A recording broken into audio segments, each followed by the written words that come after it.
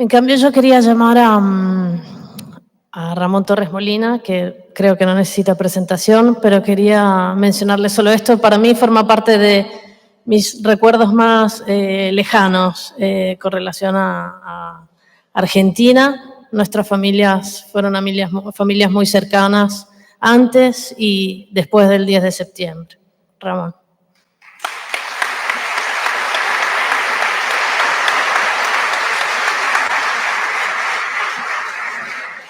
Muchas gracias, Sofía, Matilde, Patricio, Laura, que han estado organizando este archivo. El archivo es una cosa, aunque no parezca, muy viva. Y en este archivo nosotros podemos encontrar el pensamiento de Sergio Karakachov, que era un pensamiento profundamente transformador, un pensamiento revolucionario, acorde con la época que nosotros vivimos. La primera imagen que tengo de Sergio es una que he visto cuando pasaban ciertas fotos, con su uniforme de cadete del Liceo Naval. Y corresponde a hace 70 años, exactamente al año 1953. Y varias veces él era cadete de primer año del Liceo Naval, donde hacía el secundario, y yo era cadete de segundo año del Liceo Militar. Y varias veces coincidimos en la estación de trenes. Él iba para un lado, iba para Río Santiago, y yo iba para otro lado, que era San Martín. Y entonces, siguiendo los reglamentos militares, me hacía el saludo militar, porque era un cadete de un año mayor que él. Después lo encontré años después, en la facultad. Entró en el año 58. Tenía poco menos de un año, era un año menor que yo, casi un año menor que yo. Y estábamos en listas distintas. Se han mostrado las listas, Unión Universitaria u otras listas en donde participó Sergio, y yo pertenecía a otras listas, Avanzada Reformista, con rupturas, reagrupamientos, reconfiguraciones, al MUR de Derecho. Finalmente, ya siendo abogado, participé de la fundación de la Federación Universitaria de la Revolución Nacional. Y él marchaba por otro camino. Pero en esas asambleas, en esas discusiones, en ese contacto, realmente nos hicimos verdaderos amigos. Nos acercó mucho más políticamente la dictadura de 1966. Sergio participó en la CGT de los argentinos y fue en ciertos momentos abogado mío cuando la dictadura por casi 3 años me mantuvo en prisión. Y es en esa tarea, cuando salgo en libertad y me empiezan a buscar en forma inmediata, al día siguiente, y recibo la información de que la casa en la que estaba podía ser localizada, que lo detienen a Sergio, a mi padre y a María Aimé, cuando van a la casa que yo ya había abandonado.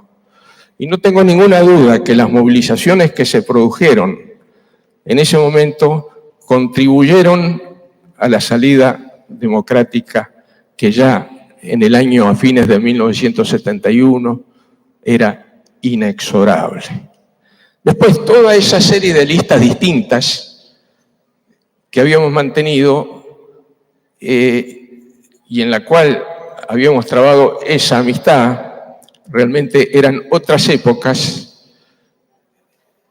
se transformaron en una lista única cuando integramos ambos, junto a Rodolfo Ortega Peña, Eduardo Luis Duhalde, la lista para la renovación de la Asociación Docente de la Facultad de Derecho de la Universidad de Buenos Aires. Una lista de peronistas, radicales, socialistas, vuelvo a decir, eran otras épocas. La dictadura del 76 nuevamente me llevó a prisión y me enteré en la cárcel de la muerte de Sergio. Sergio había sido profesor en la Universidad de Buenos Aires. Muchas veces volvíamos juntos de las clases que él daba de Derecho Político en la cátedra de Mario Amaya, a quien también tuve la oportunidad de ver en el pabellón 8 de la cárcel de Rawson, y no lo conocí a pesar de que lo conocía, no lo reconocí por la forma en que había sido maltratado y golpeado, castigos que no le permitieron sobrevivir. Cuando recuperé la libertad, seguí la causa de Sergio, que estaba en la provincia de Buenos Aires por el homicidio del cual había sido víctima junto a Domingo Teruggi, que después de haber sido presidente de la Federación Universitaria Argentina, se había incorporado al peronismo de base y tenía el estudio junto con Sergio. Reitero, eran otras épocas. En esa causa pedí el reconocimiento de las personas que podían haber participado en el hecho y, en definitiva, esa causa fue a parar a los juicios que se concentraron en Buenos Aires y que se paralizaron con las leyes de impunidad.